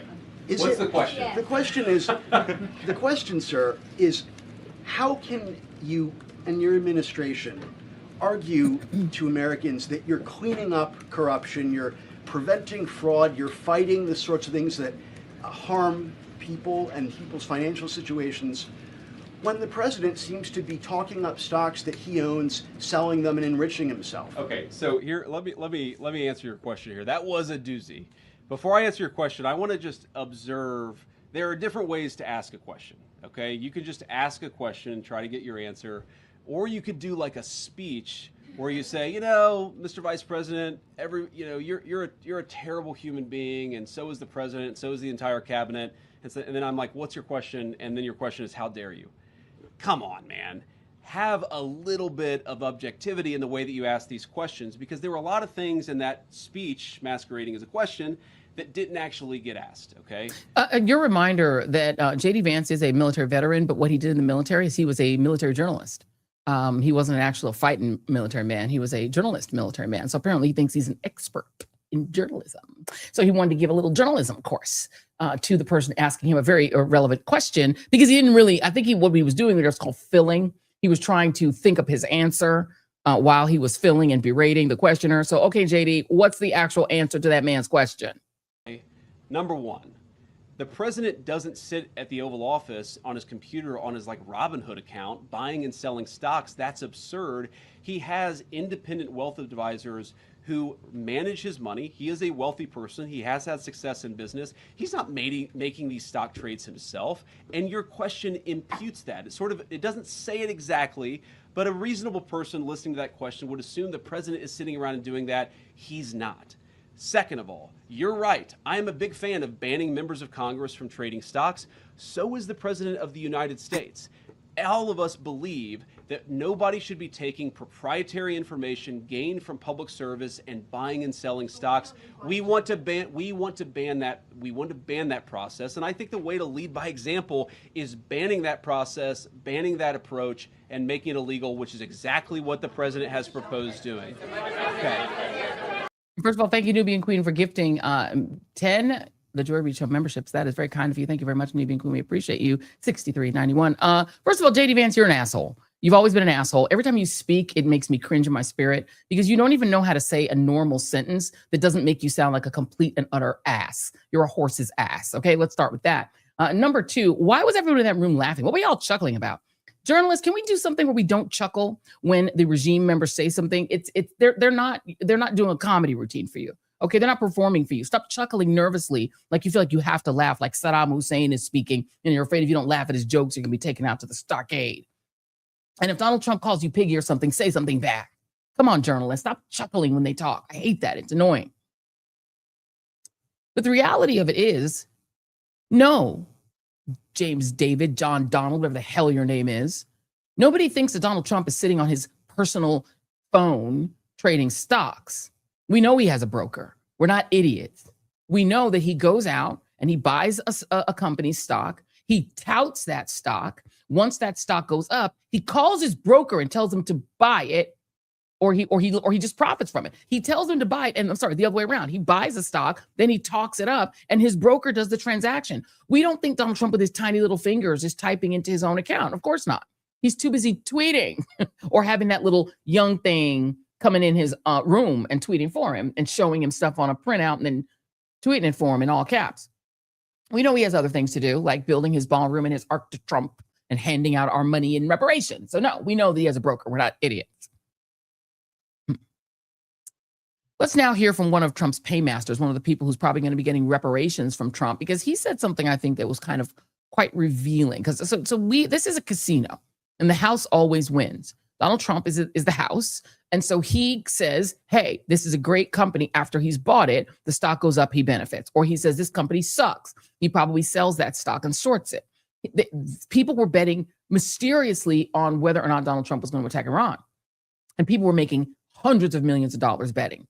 We suddenly have a literal casino operating in Washington run by Trump and the Trump crime family. And the people who are benefiting the most are people like Jeff Bezos, right? Who also probably is trading through his broker and not himself. Here's Jeff Bezos talking about taxes. The Justice Department has this new fund that was Trump or you said Bezos. Oh, you know what? Let's do this one. Play this D3. You can play this one. D3. Why? Trump asking about the taxpayers. My bad. The Justice Department has this new fund that was announced today, $1.7 billion. Yeah. Why should taxpayers pay for the January 6th? Well, it's been very well received, I have to tell you. I know very little about it. I wasn't involved in the whole creation of it and the negotiation. But this is reimbursing people that were horribly treated. It's anti-weaponization. They've been weaponized. They've been, in some cases, imprisoned wrongly. They paid legal fees that they didn't have. They've gone bankrupt. Their lives have been destroyed. And they turn out to be right. I mean, it was a terrible period of time in the history. Let's just shut him up because Enrique Tarrio is Enrique Tarrio getting a check? I'm probably. So we're going to also apply too. Now let's hear. And I mean, he's literally, okay. You're going to pay your January 6th insurrectionists. We got it. Let's hear Jeff Bezos. And Elizabeth Warren has made this point repeatedly. I think she's made it in reference to you and others, are able to pay a lower tax rate, even though you're paying an enormous sum in taxes, a lower tax rate than maybe I am, these people sometimes say that, I don't pay taxes. That's not true. I pay billions of dollars in taxes. And it's a perfect, again, if people want me to pay more billions, then let's have that debate. But don't pretend, that's going to solve the problem. You could double the taxes I pay, and it's not going to help that teacher in Queens. I promise you. So you can't connect those two things, not logically. There are more examples. Why is rent expensive? Why is rent so expensive? I recently saw somebody blamed it on Airbnb. Okay, Airbnb is not the cause of expensive rent. In fact, it's been almost, let me finish here 1 sec. It's already been outlawed in New York City, and rents are still very high. So we know Airbnb isn't causing high rents. What's really causing high rent is government intervention. Talk about, making the tax system more progressive. How about we start by having the nurse in Queens not pay taxes? Why is a nurse in Queens who makes $75,000 a year paying more than $1,000 a month in taxes? That's $1,000 a month that could help with rent or groceries or anything. And so, and by the way, do you know what that all adds up to? The bottom half of income earners in this country pay only 3% of the taxes. It's only 3%. We can find 3%. So we don't have, it's a small amount of money for the government, that. And really, and the more I thought about it, to me, it's kind of absurd that we're doing this. We shouldn't be asking this nurse in Queens to send money to Washington. They should be sending her to. First of all, you fool. No one is saying that Airbnb is why rents are so high. We're saying that people like you, Jeff Bezos, billionaires, buying up real estate and owning the entire market, blocks and blocks and blocks in New York City, and then jacking up all the rents simultaneously is why rents are so high. Because rich people are buying up all the real estate and then jacking up the rents. That's why it's so high, including the rich people who took previously, before it was banned, and bought up a lot of real estate and flipped it for Airbnb.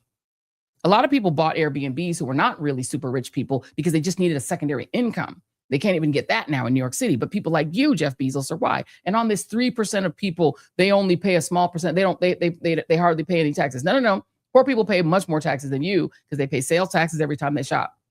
They pay gas taxes every time they have to fill up their gas tank. They're paying all of these incredible taxes. You don't pay a lot of taxes. There's a cap on how much you're paying for Social Security. That is like $119,000. You could make $1 billion and you're only taxed on the first $119,000. So you're the reason that the Social Security Trust Fund is running short of money. And people like you who refuse to pay your fair share of federal income taxes, you really could carry that teacher in Queens. Maybe you should pay for a government that's benefiting you. You're the one that gets defense contracts. You're the one that's getting, contracts to send ships into near space. You're benefiting from the government. The average teacher's not benefiting from the war in Iran. The average teacher's not benefiting from Donald Trump's crypto scams. You are. So you're right. I agree with you. You should pay all the taxes. Let's go ahead and double your taxes and see how that goes. Let's bring in my friend Mehdi Hasan, because we want to go ahead and talk about this and some other things. The proprietor of the incredibly, hugely successful Zeteo. Mehdi, your thoughts on Jeff Bezos's thoughts that his taxes are not too low. It's that the taxes of a teacher should be zero. Yeah, I mean, there's so much to say about Jeff Bezos, Joy. I don't know where to begin. He is a Trump toady. He is someone who, did you notice in the CNBC interview today, he also kind of name-checked Obama? I still get advice from Barack Obama. Then he goes, Donald Trump is really mellow and calm in this second term. Donald Trump last week posted 50 times in 3 hours in the middle of the night, including saying that Obama is a demonic force and a traitor, right? How did his pal Barack feel about that when he called him for advice? The whole thing is absurd. But look, when he says Donald Trump has good ideas, this is exactly what he's referring to, Joy. He's referring to keeping his taxes down. When billionaires say that politicians have good ideas, that means that billionaires are being taken care of. And in this presidency, billionaires are 100% being taken care of by Donald Trump, by the quote-unquote big, beautiful bill, which reduced taxes for the top 1%, top 0.1%. And we know what they've done with corporation tax as well.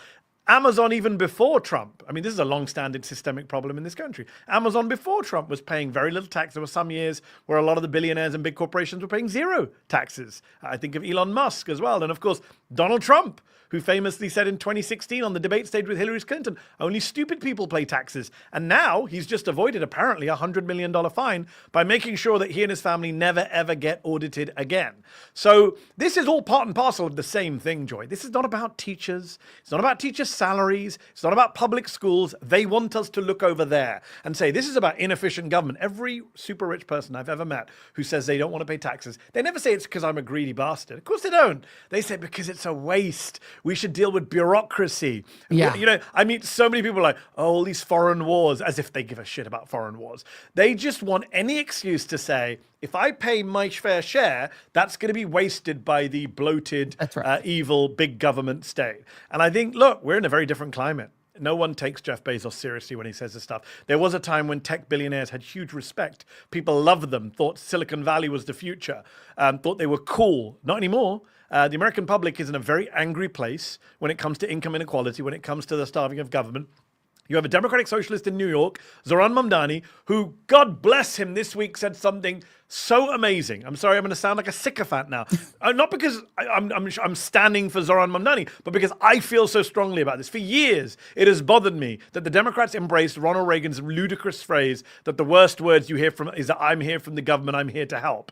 Zohran Mamdani took that apart this week. He said, no, those are not the worst words in the English language. It's I'm poor, I can't afford to put food on the table, I'm starving. Those are the kind of words that we should be thinking about. I remember Bill Clinton famously said big government is not the solution. Actually, big government can be the solution many of the times. And America's government is far too small. And that is the problem we have. And it's far too small because of people like Jeff Bezos. Yeah. And the thing about it is the average person, I think, agrees that they don't want to pay taxes to a government that's going to waste it. But what a regular person thinks of as waste is a war in Iran for no absolute reason that we can decide. Genocide in Gaza that we're paying for, 2,000-pound bombs to drop on children in Iran, and apparently now also in Lebanon, as well as on the Gaza Strip. The average person does not understand why we have to pay in our taxes to build a ballroom that Trump said his billionaire friends were going to build. Like, I think the average person agrees that their taxes are being wasted. They're just paying more of them. Yeah, no, and that's key, right? No one's saying we're pro-waste. No one's saying the left wants to waste money. Quite the opposite. I'm all for a Doge that roots out waste and corruption. The problem is Doge and Elon Musk and Donald Trump and the Republican Party think that USAID is waste. They think that soup kitchens in Sudan are waste. They think that supporting women and girls in Afghanistan is a waste. They think fighting HIV in Africa is a waste. I don't. I think what's a waste is, yes, building a ballroom. I think what's a waste is giving no-bid contracts to your friends at triple the price of what they're worth to build whatever it is, reflecting pools and statues and all other bullshit that he's doing in D.C.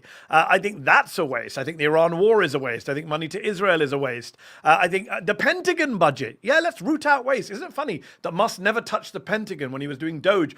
Musk, a great defense contractor of the United States of America, never touched the institute that gives out so much money to contractors, so much money to big corporations. A Pentagon that has failed its audit, 7, 8, 9 times, doesn't get through a basic audit.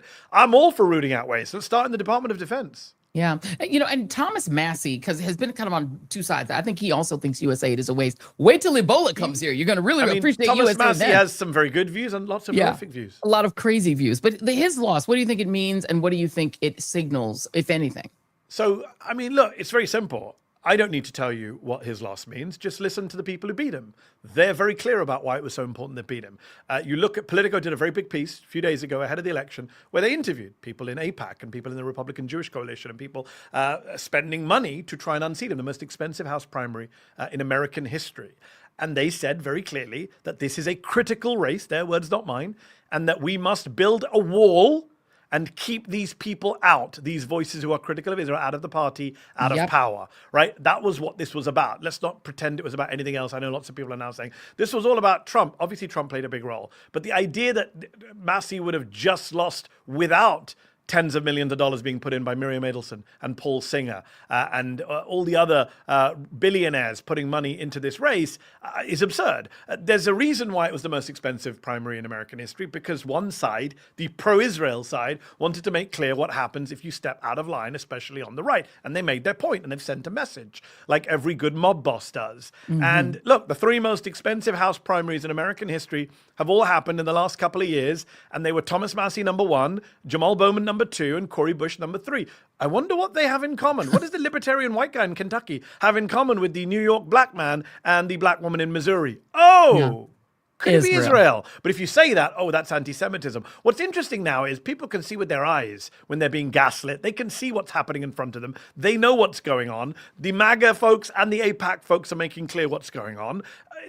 What's the guy you and I have dealt with in the past? He's definitely attacked me, probably attacked you, from the New York Post. Odious dude, columnist, goes after every pro-Palestinian voice, son of a very famous neocon. Podhoretz, John Podhoretz. John Podhoretz, yes. Horrific racist bigot, anti-Arab bigot, Israel obsessive. The man who said Trump can say Shylock as many times as he likes as long as he bombs Iran. That's how they weaponize anti-Semitism. His words, not mine. I just saw a clip of him today where he says, this is good what we did to Massey. We need to use Jewish money, his words, not mine, which we have lots of, his words, not mine, to defeat people who step at you, who go against us. It's like, all right, number one, you're saying this out in the open. I'm not. If I say anti-Semitism, but Podhoretz is saying it. And number two, people know this now. There's no point denying it. It's clear.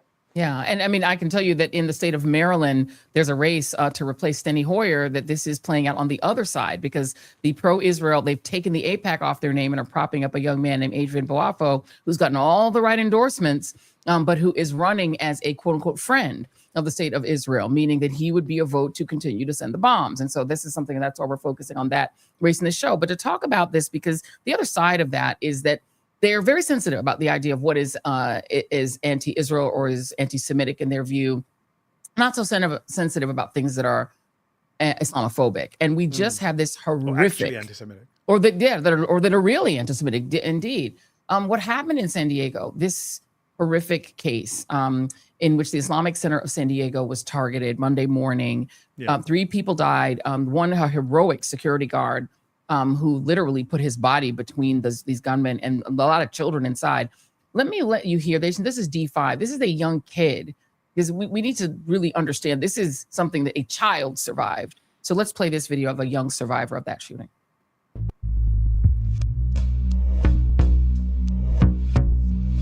I heard like a bunch of bad stuff, like gunshots. Now I went inside the closet with my whole class.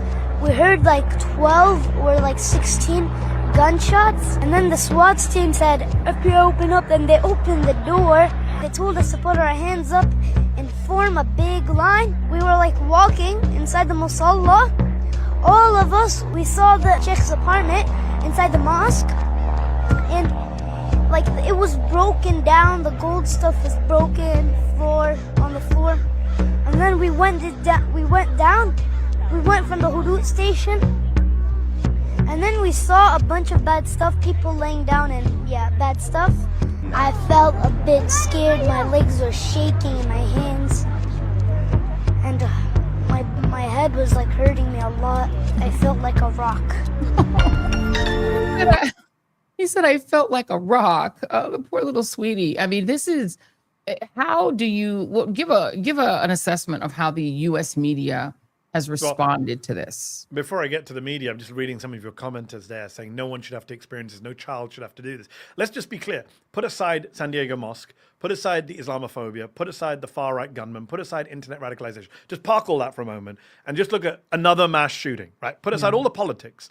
Put aside all the reasoning and just look at what actually happened. It was a mass shooting. In one sense, it was shocking and outrageous. In one sense, it wasn't shocking at all. It is part of American life, and it shouldn't be, but it is. We have decided, because of the power of the NRA, another lobby that we don't talk enough about, because of the Republican party's intransigence and culture wars, we have decided, because of the Supreme Court, we have decided that children should be traumatized in this country. Not just gunned down, but children who aren't gunned down. This little boy survived. None of those 140 kids, thank God, thanks to the heroics of that security guard and the other 2 victims who distracted the shooter. None of those children in the school were killed, but they saw horrific stuff they should never have to see. They heard horrific stuff they should never have to. They're going to have to live with that for the rest of their lives. And there are thousands of children like that across this country. And it's the only country in the world, the only country in the democratic world where children have to go through this on a regular, daily, weekly, monthly basis. So that's just number one.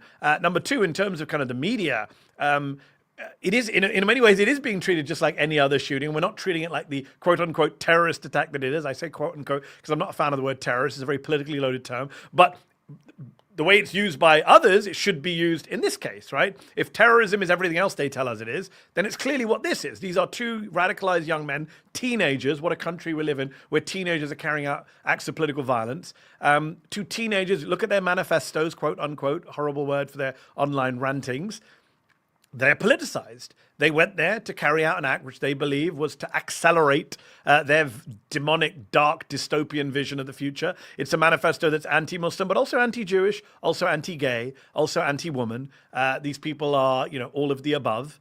And the media is treating it like, oh, well, that's bad. It's bad. We'll cover it. But it's not 5-alarm fire. It's not rolling. I mean, don't even get me started on Fox, where Sean Hannity gave it I think a sentence, then moved on. But look, the reality is that Muslims are treated like second-class citizens and second-class victims in this country and across the West. In London last week, Joy, there was a massive far-right rally led by a thug called Tommy Robinson. Huge Islamophobia, where they mocked women in burqas. They said no more Islam in this. We need to remove Islam from power. It's not in power. And imagine if that rally had said the same thing about the Jewish community or even the black community. It would be the end of the world. Anti-black racism and anti-Semitism are huge problems in this country. I'm not trying to downplay anti-Semitism and anti-black racism. But what I would say is both of those things are taken seriously by the media and political establishments in this country. What isn't taken seriously is anti-Muslim bigotry, which is treated as, well, as we saw after San Diego, well, they deserved it. That mosque, oh, it's an extremist mosque. It isn't. But even if it was, you can't justify violence. And you had Republican politicians, you had the New York Post, you had other papers saying, oh, well, maybe they deserved it. That was the message, basically. It was victim blaming. Yeah. I mean, the reality, too, is that this situation kind of brought to fore one of the kind of facts about the Muslim community is just how multiracial it is, right? I mean, Jason, if you could just put up D5, I mean, and you can turn the sound a little bit down. This clip is circulating online because the hero main security guard who drew the fire to himself, he's a father of 8. There he is. And he had just given a random kind of interview to just some folks where he was talking about his favorite foods. And, this is a Black Muslim and a third of African Americans happen to be Muslim. And I think people forget about that as well. So when you're talking about the Muslim community, it is a multiracial community. His name is Amin Abdullah. His family is now in mourning. And then Jason, if you could put up the picture of the other two. This is D7. You could see these 3 very different culturally, very different ethnically, but all 3 heroic in this moment. And those are the 3 people that Pete Hegseth would throw out of the military, right? And would refuse to laud as heroes at all, even though they literally. They couldn't get to be generals in Pete Hegseth's military. Never. I interviewed a woman today, a Syrian American whose child was in that class. And she and her husband are actually very good friends with one of the victims there, the elderly gentleman who was in his 70s. Unfortunately, I forget his name off the top of my head. But he passed away, and they were talking about what a great man he was. And these 2 gentlemen either side of Amin Abdullah were heroes in their own ways, according to the police. They distracted the shooter long enough that the kids were able to get out. And, this is a country where these people will be forgotten tomorrow. This incident will be forgotten tomorrow. And then we will only talk about Muslims as threats, as people who don't assimilate, as terrorists. And it's just, it's astonishing, the double standards, Joy. We take anti-Semitism rightly so seriously. The Republicans have held, I believe, something like 10, 12 hearings in Congress in recent years just on anti-Semitism. Do you know how many they've held on Islamophobia? None. 0. They did hold one on anti-Muslim hate, which they rolled into an anti-Semitism hearing. And even at that one, the one Muslim witness, my friend Maya Berry, from the Anti-Arab Discrimination Committee, Senator John Kennedy attacked her and called her a Hezbollah and Hamas supporter. So at the one hearing where they tried to talk about anti-Muslim hate, they attacked the only Muslim witness. So this is what really bothers people. I was on the Piers Morgan show earlier, and he was trying to give me statistics about who are the greater victims of hate crimes, as if it's some kind of Olympics of victimhood. And my point is not who's killed more. Are there more anti-Semitic attacks? Are there more Islamophobia? That's not the point. The point is, do we take certain types of hatred seriously, and do we ignore other types of hatred? And that is the problem in the US and the UK and across the West today. Yeah, I mean, and the names of the other 2 gentlemen are Mansour Kaziha and Nadir Awad. So it was Mansour Kaziha, whose friend was on my show today. We taped an interview with her, and she said what a wonderful gentleman he was. He ran the tuck shop, the snack shop at the masjid. He was a handyman. Gentle old folk killed in cold blood by 2 young men radicalized online. You asked about Bezos earlier. Big tech has a huge has a big question to answer about what role they've played, all of our social media platforms, in radicalizing people, in allowing people to be radicalized. You know, Mark Zuckerberg, Elon Musk, all these people, they know what they're doing when they allow people to propagate hate unchecked online, when they amplify that hate. I mean, there was a genocide. There was a genocide against the Rohingya, right, in Burma, which Facebook belatedly held their hands up to and said, we may have played a role in that, in a genocide. So if that doesn't make people sit up and think, you know what, we need to really rethink how we are allowing people to use our sites, I don't know what will. Well, I mean, and the other piece of it, of course, is guns and the availability of guns. This, you know, Kane Clark, and first of all, how weird. This is a white supremacist with pro-Nazi ideology, Jason D8, but apparently also a guy who wore cornrows for whatever reason. I don't even understand what's happening here with that person. But that is kind of what's happening, right? You have people. And the other one was Caleb Velasquez, right? Was that the name? Latino. Who talks about it in his manifesto about how it doesn't matter that he has Mexican roots. He can still be a white nationalist. That's correct. And so you have this odd kind of juxtaposition of sort of pining for like Black culture and Black cultural norms, but also hating Black and brown people, or if you're a Latino, self-hate, like wanting very badly to be part of white supremacism, as does Nick Fuentes, who's a whole Mexican, right? He's Mexican. And it's like this odd thing that's happening. And to your point, social media is really amplifying it. And then this kid, Kane Clark, was able to get not one, but multiple guns from his mom, who luckily did call the authorities to say her son was suicidal. But she has guns all up in the house. Guns, social media, parents who don't know what their kids are up to. There are a lot of factors going on here. The hate from the Republican Party. I mean, we live in when I read that line in the manifesto from one of those two teenagers who says, I don't hate Muslims, I hate Islam. I hate a religion that's invading my country. I'm thinking, wow, I've heard that line before. Where have I heard that line before? I've heard that line from elected members of Congress. I've heard that line from new atheists. I've heard that line from liberals and centrists who say, you know what, I'm not against Muslims, I'm just against Islam, as if that is a kind of safe distinction. Well, that's what the shooters said in San Diego. And I think the more you demonize people, the more you dehumanize people, the more you use this rhetoric of invasion. Some of us tried to call out. Remember, there was a time, Joy, you and I are old enough to remember the Trump first term, saying invader was controversial, saying replacement was controversial. Today it's mainstreamed, it's normal on the right.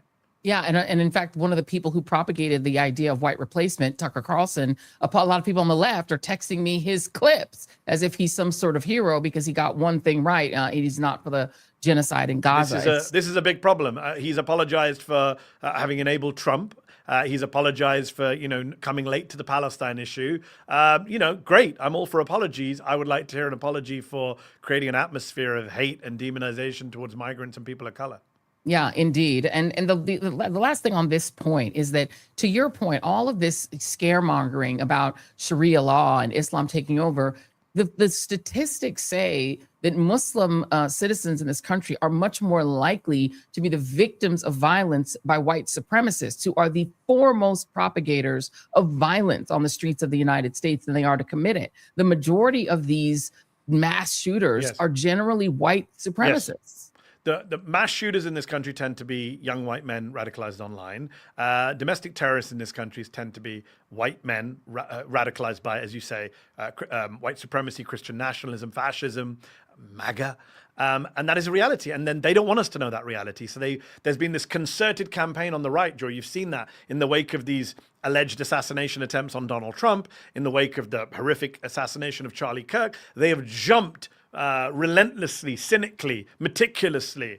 They're very good at the right in message discipline, in going, see, it's the left that's behind political violence. It's the left that's pushing violence, ignoring years, decades of data showing that the threat of political violence comes overwhelmingly from the right. And in fact, now they've institutionalized it, Joy. Just a couple of weeks ago, Sebastian Gorka, the head of counterterrorism for the White House National Security Council, bizarre individual, put out a document on the the White House anti-terror strategy, identified three terrorist threats that the U.S. government would be focusing on. The big three threats: narco-terrorists, Islamic terrorists, and violent left-wing terrorists. Of course. Who's missing? Who's missing from that list?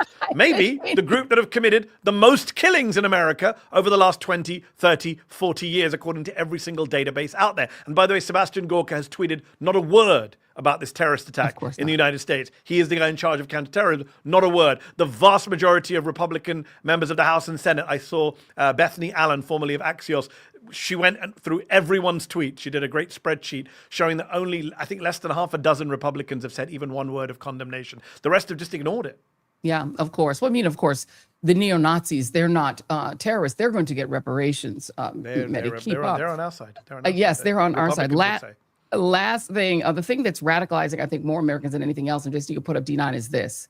And this chart kind of stopped me in my tracks. I understood that Donald Trump, he was a failure at real estate and never became a billionaire based on that. But look at the trajectory of his wealth. This is the thing that's really radicalizing people, I would say. I think you're being unfair. Hunter Biden made much more money than that when he was... No, I mean, this whole thing is absurd. We're talking about the billions, billion with a B. Billions. To put that in a context, Hunter Biden made from his Burisma dealings and various other dealings, some people say 10 million, some people say 12 million. The max I've ever heard is 20 million, right? The Trump sons are already in the hundreds of millions. Trump himself is in the billions. You saw Don Jr.'s net worth. There was a story the other day about how high it is. Trump and his family have made a shit ton of money just since January 2025 last year. Just to remind your viewers, Trump, during the 2024 election campaign, set up a family crypto business in the middle of his presidential campaign called World Liberty Financial. Then, not only did he set up a crypto business, not only did he do a meme coin, which screwed over thousands of Trump voters who bought it and then it dropped in value, but Trump walked away with a lot of money. Melania walked away with a lot of money from her meme coin. Not just that, but on the eve of the inauguration on January 19th, 2025, the National Security Advisor of the Emirati government, a member of the Abu Dhabi royal family, put in $500 million into the World Liberty Financial Fund, of which $187 million went directly into Trump bank accounts, Trump family bank accounts. Then, weeks later, completely coincidentally and unrelatedly, the Trump administration lifted a national security restriction on the sale of AI chips to the UAE, which they were worried would then go on to China, which maybe have. So that was probably the most major act of corruption in 2025. There were many others. He took a plane from the Qataris in direct violation of the emoluments clause of the Constitution. He hosted the Saudis at his golf club, Saudi-sponsored golf tournament. He's just taking money from foreign governments, completely in violation of what the founders wanted in the Constitution, in the emoluments clause of the Constitution. They literally wrote it for this.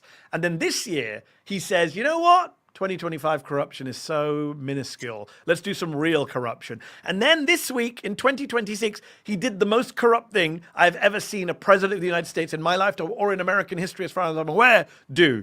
He basically, as president of the United States, sued himself as the government over this tax form of his that was leaked. By the way, it was not leaked under Biden. It was leaked under his administration in the first term. He sues himself. And then when the judge says, this is ridiculous, you can't be the plaintiff and the defendant. There has to be some adverse relationship if you're going to come into my courtroom. She gave a deadline of May the 20th to sort this out, to try and unpack this. And immediately he settled with himself. The federal government settled with Donald Trump, the federal government being Donald Trump.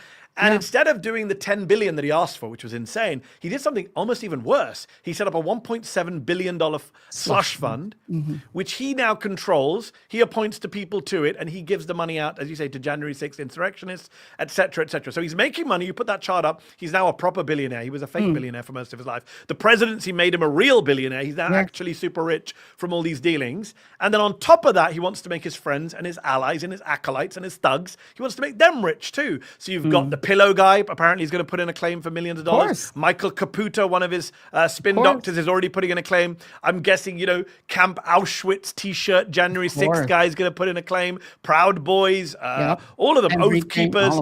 They're all Tina Peters, who just got pardoned by that ridiculous dino governor in Colorado, Jared Polis. They're all going to make money out of this. Yeah. It's kind of sickening.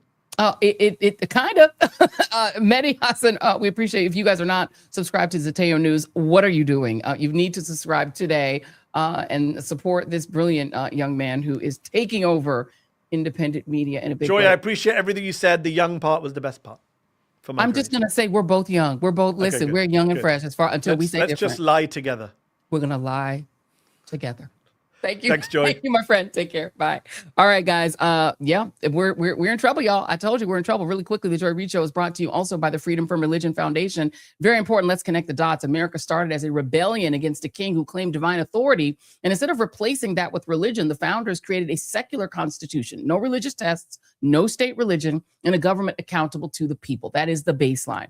But what we are seeing now is a coordinated effort to shift that from policy decisions to public messaging, including events like America Prays on May 17th, where government and religion start to mix in a very visible way. And that has real consequences for your rights, for people's rights. The Freedom from Religion Foundation is working to protect the First Amendment because it protects you. As we approach America's 250th anniversary, this is about what kind of country we are shaping. Go to ffrf.us/joy or text JOY, J-O-Y, to 511-511 to learn more. Go to ffrf.us/joy or text JOY to 511-511 now, because freedom of religion requires freedom from government-imposed belief. Text JOY to 511-511 today. Text fees may apply. Okay, if you guys, by the way, are fearful with everything else that's going on of a potential outbreak of Ebola or the hantavirus, never fear. Penis Man is here. That's right. Admiral Brian Christine, whose specialty is penile implants, is in charge of our pandemic response. To increase your confidence, here is a short clip from his former podcast, The Erection Connection.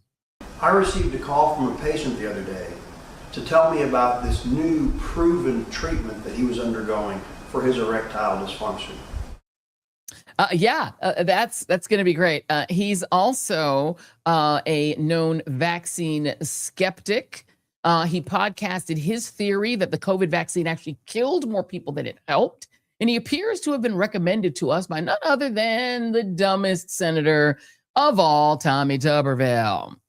What could possibly go wrong? Joining me now is our friend, Dr. Frita Fisher, quadruple board certified physician, nephrologist, and host of Dr. Frita Live. It's been too long, even though it's been a very short time. Dr. Frita, God help us. The penis man is in charge.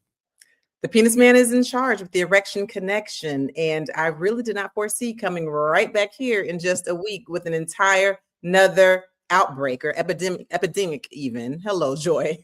Yes, right. So which is more concerning to you in this moment? Ebola, we did get rid of USAID, which people may not realize is one of the reasons that it's going to probably spread more, because we were spending a lot of money trying to track Ebola and make sure it didn't come, spread around the world. But now we're not doing that anymore. Which is more concerning to you, hantavirus or Ebola? I'll tell you, I'm not hugely concerned about either one when it comes to will either one become a pandemic? Will we be back in another lockdown situation? Okay, but good. if I have to choose between the two right now, I would say Ebola. As far as the hantavirus is concerned, since that doctor here in the United States has now tested negative, we actually have 0 cases in the United States that we know of from the MV Hondius ship. We have 0 human-to-human contact. We did have someone, sadly, who passed away from hantavirus this past week, but that was completely unrelated. That's with a completely different strain, something that is only from rodents to humans. So I feel like with the hantavirus strain, we have it more under control. Plus, I was happy to see that the CDC actually changed some guidelines. Initially, they were making it optional for the 18 passengers to quarantine. And Yes. but now it looks like they've put some mandates in order, at least for a couple of the passengers. There was one who wanted to go to Florida where she could quarantine there, but she was told to stay in place in Nebraska. And she was told that the governmental officials would come and mandate it if she tried to leave. And so I'm actually happy that some public health, greater good decisions are being made. So I feel better about the hantavirus. Ebola virus, not so much. Yeah. And it's also very, very, very, very communicable. I remember last time you were on, you talked about the fact that hantavirus is actually not as easy to catch. You have to have prolonged physical contact. But Ebola seems like it sort of spreads like wildfire. It is spreading like wildfire. And by the time we were told about the Ebola outbreak on Friday, May 15th, it looks like it had already been there for a few weeks. And when we look at the test positivity rate, meaning the percentage of tests that end up testing positive for Ebola, at last check, it was over 60%, which means that there are likely many more cases than we are catching. And we know the number keeps going up, up, up. Now there are at least 139 people who have passed away from Ebola, this outbreak, at least 600 cases.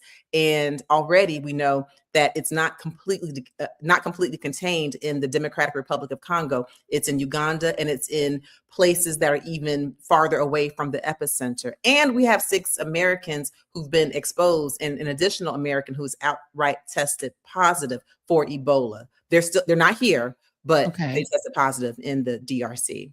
In your world, in the medical world, is there a sense that the withdrawal of USAID has had a real impact that makes you more nervous than you would be otherwise?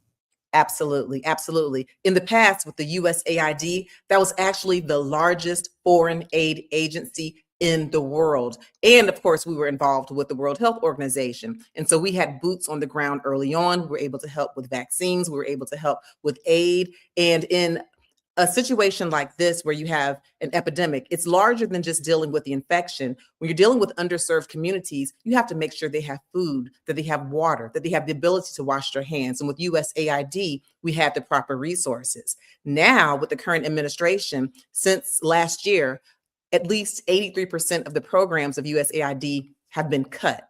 And so we don't have boots on the ground. We don't have the ability that we had before to, quickly make vaccines and to be a part of the decision making.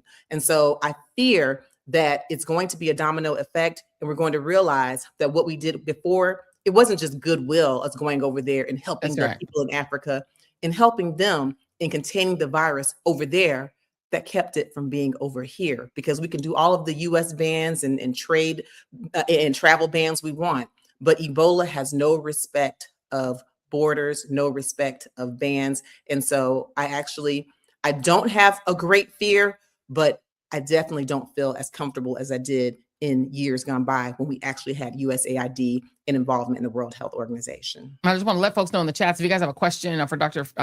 I'm happy to put your question on to Dr. Frita if you guys have questions. I've gone back to masking up on trains and planes because I am super paranoid about the power coughing people and the power sneezers. I mean, these people sneeze with so much authority that I'm like, yeah, I'm just going to go ahead. And is that too paranoid, or is that a good idea? Oh, that's right on time. And that's what I do. When it comes to masking, I will say that can help you for certain airborne infections like COVID, which is still here. I still have patients who've gotten COVID recently, flu, measles, the common cold. Let's not forget about the common cold. When it comes to Ebola, however, that's not one of these illnesses that so much, spread in the air. It's not a respiratory virus. It's spread by bodily fluids. You can find Ebola in the blood, in amniotic fluid, in semen, in vaginal fluid, in breast milk, in feces. It's in the blood, and it is so infectious that by some studies, just one viral particle, one virion, can get someone sick. And when you think about the US surgeon, the physician who was infected with Ebola while over in the DRC, according to the records, he actually was wearing personal protective equipment, and he performed surgery on someone who now, in hindsight, we believe had Ebola. And even with wearing the PPE, and I don't know, how exact or how perfect he was in wearing it, he still got Ebola. Wow. We have a questioner. We can put it back up, Jason, again, who is asking, is this strain different from the other strains? Here it is. This is by Benita Pajarita. A quick question. Is this Ebola strand different from the one in Dallas, Texas, just a few years ago? Absolutely. That's an excellent question. So normally with these Ebola outbreaks, and there have been a total of 17, this makes the 17th one in the Democratic Republic of Congo. Most of them have been from the Zaire strain. In fact, of the 16 previous outbreaks in Ebola, only one was with this one, the Bundibugyo strain. And we had one in Uganda with the Bundibugyo strain. With the Zaire strain, the one that normally causes these outbreaks, we now have an FDA-approved vaccine. We have 2 FDA-approved treatments. But for the Bundibugyo strain, we have nothing. There's nothing. And isn't there a challenge, even if we had one? So many Americans are now so anti-vax, and now we have an anti-vax head of the Department of Health and Human Services. There's no way there would be a public mandate to take a vaccine. Even if there was one, most Americans won't take it. Yes, I highly doubt that there would be a mandate. And we see that even with the childhood vaccines that have been proven, tried and true for years, we've had a decrease in measles vaccines uptake, decrease in hepatitis B vaccine uptake. So I have no doubt that we would have a decrease in the uptake of a brand new vaccine. But even if everything went perfectly and we could get a vaccine, according to the World Health Organization, it would be at least 9 months before we could even think about getting a Bundibugyo vaccine. And even still, what would happen if already we've had deaths to keep climbing and climbing and climbing, and we don't have the same aid, at least from the United States, that we had in outbreaks in the past? Where will we be? And the other question, and somebody asked it, how do we protect ourselves in a world in which, let's say right now you said you're not that concerned, but thank God, let's just say that Ebola did become an outbreak here. The people in charge believe that you can do natural immunity, basically let as many people get it as possible, and that our bodies would over time just develop immunity. Would that work with Ebola? It works if you survive. So if we look at the other Ebola strains, and there are 4 different Ebola strains that can affect humans. If you look at these strains, some of them have a 90% mortality. So I don't know if you're a gambling woman, Joy, but I wouldn't take that. No, ma'am. No, ma'am. No. And then when it comes to Bundibugyo, a 50% mortality, which is still flipping a coin. And so it would be a very bad idea to go out there and take that chance and to go hug and rub up against someone who had Ebola. So definitely the natural immunity is out of the door. The best that we can do is, if you are in a place where you know that that Ebola exists, you want to make sure that you don't do any handshaking, that you don't sit next to people, that you don't contact bodily fluids. Most people who are at risk for Ebola are people who are family members, healthcare providers, people in close contact. And even if you touch the clothing or the bedding or a dead body of someone with Ebola, you could still get it. And so the key is just to stay away. And and I believe it was Benita who asked about the Dallas strain that we had back in 2014. For that strain, that was a Zaire strain. And for the man who came from Liberia and who was positive for Ebola, 2 of the nurses who took care of him actually got Ebola as well. They survived, he passed away, but it just goes to show it's the close contact, like the healthcare providers, like this US surgeon who currently has Ebola and who's being taken care of in Germany. Lord help. Dr. Frita Fisher, we appreciate it. Scaring is caring is what we say on the show. But I'm scared now. So thank you very much for caring. We appreciate you. Please come back often. And yes, just wave your hand if there's anything that happens. And if you hear about it upticking, we just want to know, and just don't even invite. You can self-invite. Just pop on. Just pop on. Just log in. You've got the login. Just come back on if something bad happens. Thank you, Dr. Frita Fisher. We appreciate you. Everybody, please follow Dr. Frita. She is at Dr. Frita Live right here on the YouTube. We will put a link at the bottom of the show. We're also going to put a link to Zateo. Most of you guys probably already subscribe to Zateo News, but we'll put a link to that as well to make sure that everyone stays up on all of our absolute favorites that we're on today. All right, guys. One piece of housekeeping. The great Brian Last will be our special guest on Substack Premium. So those of you who are premium subscribers on Substack, if you've been missing these conversations, they're so good. They're so interesting. We're going to talk about all the things. He is such an expert on all things. We're going to talk about these crypto scams, these scams that Donald Trump is deploying to try to enrich himself and his friends and his family, the Iran war, all the things. Brian Last is a really, really smart dude. And he is going to be our guest for one of these really premium, important conversations that we have. These are our insiders. It's called Joy's House Insiders. And we have these conversations to try to empower a small but righteous crew of people to get out there and be the influencers in your community. Once you have this incredible knowledge and information, you can go out there and be the smartest person around the water cooler. And so if you're not a premium subscriber, you still have time to join before noon tomorrow. It's every Thursday at noon. And then we do release clips so that people can get a little teaser of what it's like, but you don't get the full conversation unless you're a subscriber. So please feel free to do that. We appreciate the support that people have shown to our Substack part of our business. And we're really trying to make sure that we're doing all different kinds of media, both written media and on video-based media. We've got some more great things coming on Substack. So please check that out tomorrow at noon. Don't be late. We know the Lemonheads will be on time. They're always on time. And now let's get to our moment of joy, because we really need it today. I was just 38 hot earlier today. Like, I'm scared. Now we're talking about Ebola. If we have another lockdown, I don't know what we're going to do, y'all. I don't know. Make sure that you're locked down with somebody that you want to be locked down with. But Lord Jesus. Our moment of joy tonight is by Korean auntie. Would you be happy to be locked down with me? Absolutely. At least I would be locked down with you, Jason. It'll be fine. I just want to make sure. And you know what? We need to make a garden because we need food. We need to start thinking about gardening. Well, we should do that anyway. I mean, the price of everything is up so high. Expensive. We should, yeah. My mom always had a garden. We had tomatoes, beans, corn. We make a whole meal out of the stuff in our garden when I was growing up. And I used to hate it. My mom used to make us go out and garden, and I hated it. But now I appreciate it so much. We had peppers. Like, we had like a whole salad outside. The only thing we can't do is have chicken and goats. Yeah, they're loud. I mean, they loud, and I don't eat chicken. Well, there you go. So then we just have veg, I guess. Yeah, I'm a semi-vegetarian. Yeah. I'm a vegetarian, but I have a bacon codicil in my contract. We'll make it work. We'll make it work. I'm a vegetarian. All right, moment of joy. Okay. Something about bacon, it's not really food. It just tastes good. I don't know why I make an exception for that. And I will eat fish too, but I don't eat fowl, and I don't eat fowl. Don't eat that. And other than bacon, I don't eat pork either. I'm just like, literally, I don't think of bacon as ever having been alive. I just think it's like a thing that just exists on its own. It's its own thing that exists in its own way. Exactly. Thank you, Monet. It's its own world. The world of bacon. It's my one exception to my meat eating. Our moment of joy is by the Nancy Lee, and we call this one Korean Auntie. Tell my coworker I'm from Korea, and then she say, "Are you from North Korea or South Korea?" South Korea, of course. Nobody from North Korea. If they are, it's a top secret. My granddaddy fought in the Korean War.